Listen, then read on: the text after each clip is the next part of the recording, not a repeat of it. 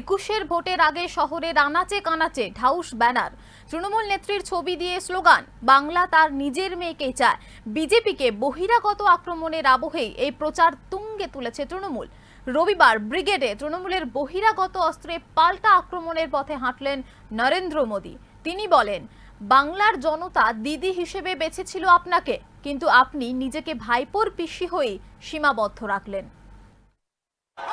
दीदी सुन लिया दीदी,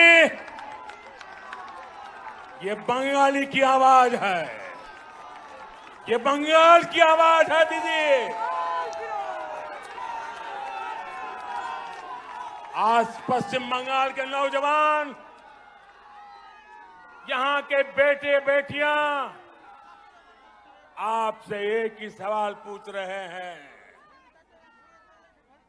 दीदी बंगाल की जनता 10 साल के अनुभव के बाद आपको एक ही सवाल पूछ रही है। उन्होंने आपको दीदी की भूमिका में चुना था।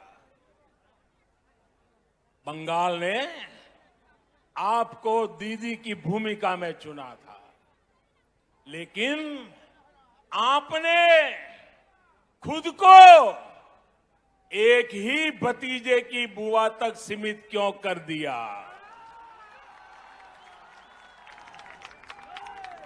आपने एक ही भतीजे की बुआ होने के मोह को क्यों चुना?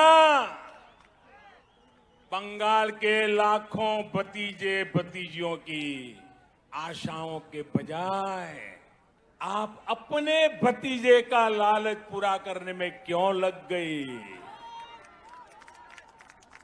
आप भी भाई भतीजावाद के उन कांग्रेसी संस्कारों को छोड़ नहीं पाई जिनके खिलाफ आपने बगावत की थी। নরেন্দ্র মোদী এদিন বলেন, মামাটি মানুষের সঙ্গে বিশ্বাসঘাতকতা করার পর নতুন স্লোগান দিচ্ছেন, আরে দিদি বাংলারই নন, গোটা ভারতের মেয়ে। তিনি যোগ করেন, দিদি বাংলার জনতা আপনাকে দিদি হিসেবেই বেছেছিলেন, কিন্তু আপনি নিজেকে একজন ভাইপোর পিসি হয়ে সীমাবদ্ধ রাখলেন। ভাইপোর পিসি হওয়ার মোহ ছাড়তে পারলেন না, বাংলার লাখো ভাইপো ভাইচির আশা পূর্ণ করেননি, খালি নিজের ভাইপোর লোভ পূরণ করেছেন। যে কংগ্রেসের বিরুদ্ধে বিদ্রোহ করেছিলেন তাদের ভাই ভাতিজা সংস্কৃতি ছাড়তে পারলেন না আপনি। आप बंगाल की ही नहीं, आप तो पूरे भारत की बेटी है। कुछ दिन पहले जब आपने स्कूटी संभाली,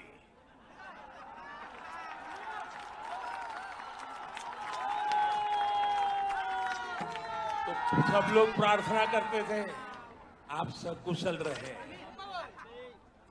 आपको चोट न लग जाए। अच्छा हुआ आप गिरी नहीं, नहीं तो जिस राज्य में वो स्कूटी बनी है उस राज्य को ही अपना दुश्मन बना लेती।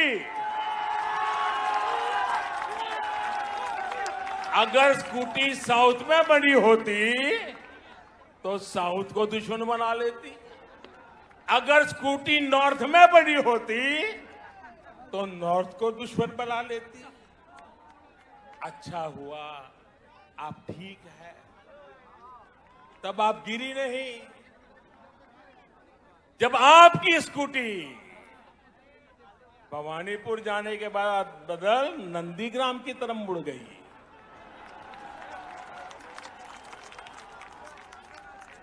अब दीदी हम तो हर किसी का भला चाहते, हम नहीं चाहते किसी को चोट आए, लेकिन जब स्कूटी ने नंदीग्राम में गिरना तय किया है तो हम क्या करें? এদিকে বিজেপিকে বহিরাগত বলে নিশানা করছে তৃণমূল। প্রার্থী তালিকা প্রকাশ করে মমতা বন্দ্যোপাধ্যায় বলেছিলেন, বাংলাকে বহিরাগতরা শাসন করবে না। এদিন মোদী দাবি করেন, বিজেপি বহিরাগত নয়, বরং এই বাংলার। তার কথায় বিজেপিকে বহিরাগত বলছেন। আপনারা বলুন, কংগ্রেসকে তৈরি করেছিল বামপন্থীরা, এত বছর শাসন করেছে এখানে। মার্কস লেনিনের আদর্শ বহিরাগত না, বাংলার তৃণমূল তো কংগ্রেস থেকেই তৈরি হয়েছিল। বিজেপির স্থাপনার মূলেই বাংলা। বাংলার সুপুত্র শ্যামাপ্রসাদ মুখোপাধ্যায়ের আদর্শে তৈরি হয়েছে এই দল। বাংলার গন্ধ লেগে রয়েছে। বাংলার সংস্কৃতি বিজেপিতে, বিজেপির ডিএনএতে বাংলা। বাংলার কাছে ঋণী বিজেপি। এই ঋণ শোধ করতে পারবো না, তবে বাংলার মাটির তিলক লাগিয়ে উন্নতির শিখরে নিয়ে যাব। পদ্ম ফুলে বাংলার মাটির গন্ধ রয়েছে। साथियों, ये संयोग ही है कि अंतर्राष्ट्रीय महिला दिवस से एक दिन पहले मैं बंगाल की इस पवित्र धरती को प्रणाम करने आया। ये वो धरती जिसने मां शारदा देवी, मातंगिनी हाजरा, रानी रासमोनी, प्रीति लता वादेदार, सरदार देवी चौधरानी, कामिनी राय जैसी अनेक होनहार बेटियां भारत को दी। ये मेरा सौभाग्य है कि बीते 6 साल में केंद्र सरकार की हर योजना के केंद्र में हमारी बेटियां रही है, हमारी बहनें रही हैं, हमारी माताएं रही हैं। आज गरीब को अपना पक्का घर भी मालकिन के नाम से ही मिल रहा है। घर घर शौचालय बने, इज्जत घर बने, तो बहन बेटियों को ही सम्मान मिला, उनको तकलीफ से मुक्ति मिली। बंगाल में 4 करोड़ से ज्यादा जनधन खाते खोले गए। इसमें आधे से ज्यादा खाते महिलाओं के ही हैं।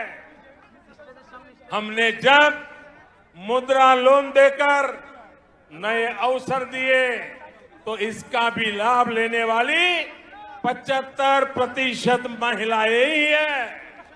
हमने देश की गरीब बहनों को गैस कनेक्शन दिया तो कोरोना महामारी के दौरान उनके मुफ्त गैस सिलेंडर दिए गए। साथियों, बहनों को सबसे बड़ी दिक्कत अगर आती है तो वो पानी की है, जल की है।